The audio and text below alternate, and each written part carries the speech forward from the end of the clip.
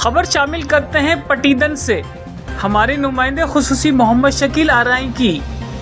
पटीदन सरसों का साग विटामिन से भरपूर, सर्दी में कुदरत का अनमोल तोहफा। सर्दी के सर्द मौसम में यूं तो खुश्क मेवाजात खूब पसंद किए जाते हैं, मगर सरसों का साग अपनी मिसाल आप है। जैसे इस मौसम के पसंदीदा खानों में ख़ास तौर पर फ़ौक़ियत हासिल है और हर घर के दस्तरखान की जीनत व दिलों की तस्कीन गर्दाना जाता है। सरसों का साग अपनी अफादियत के हिसाब से ख़ास अहमियत का हामिल है। माहिरीन के मुताबिक साग सर्दी में कुदरत का एक अनमोल तोहफ़ा है और बेशुमार बीमारियों का इलाज भी है। सरसों का साग विटामिन ए, बी और सी से भरपूर है। लोग पूरा साल शिद्दत से सरसों के साग की फसल का बेचैनी से इंतज़ार करते हैं। आइए साग से मुतल्लिक मज़ीद बात करते हैं पटीदन से हमारे नुमाइंदे मोहम्मद शकील आरआई से। जी शकील, आगाह कीजिएगा। जी बिल्कुल, इस वक्त मैं मौजूद हूँ पटीदन के एक नवाही गांव में और आप मेरे अकब में देख सकते हैं कि सरसों की फसल है।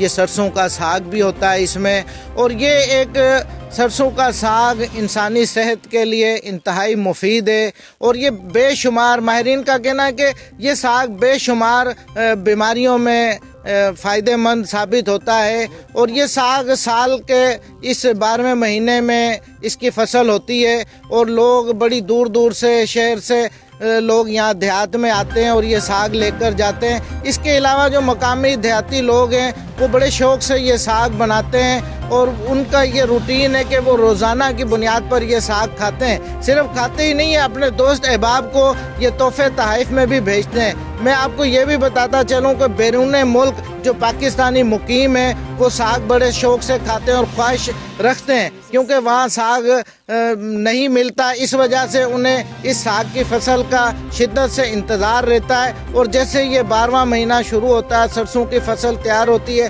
साग तैयार होता है, तो वो अपने दोस्त अहबाब, अपने प्यारों को, रिश्तेदारों को वो ख़ास साग की फरमाइश करते हैं और यहाँ के लोग यहाँ से ये साग बनाकर तैयार करके वहाँ बैरून मुल्क भी भेजते हैं। जी, मैं इस टाइम पे एक खेत में खड़ा हूँ साग के में, और साग लेने के लिए आए हैं।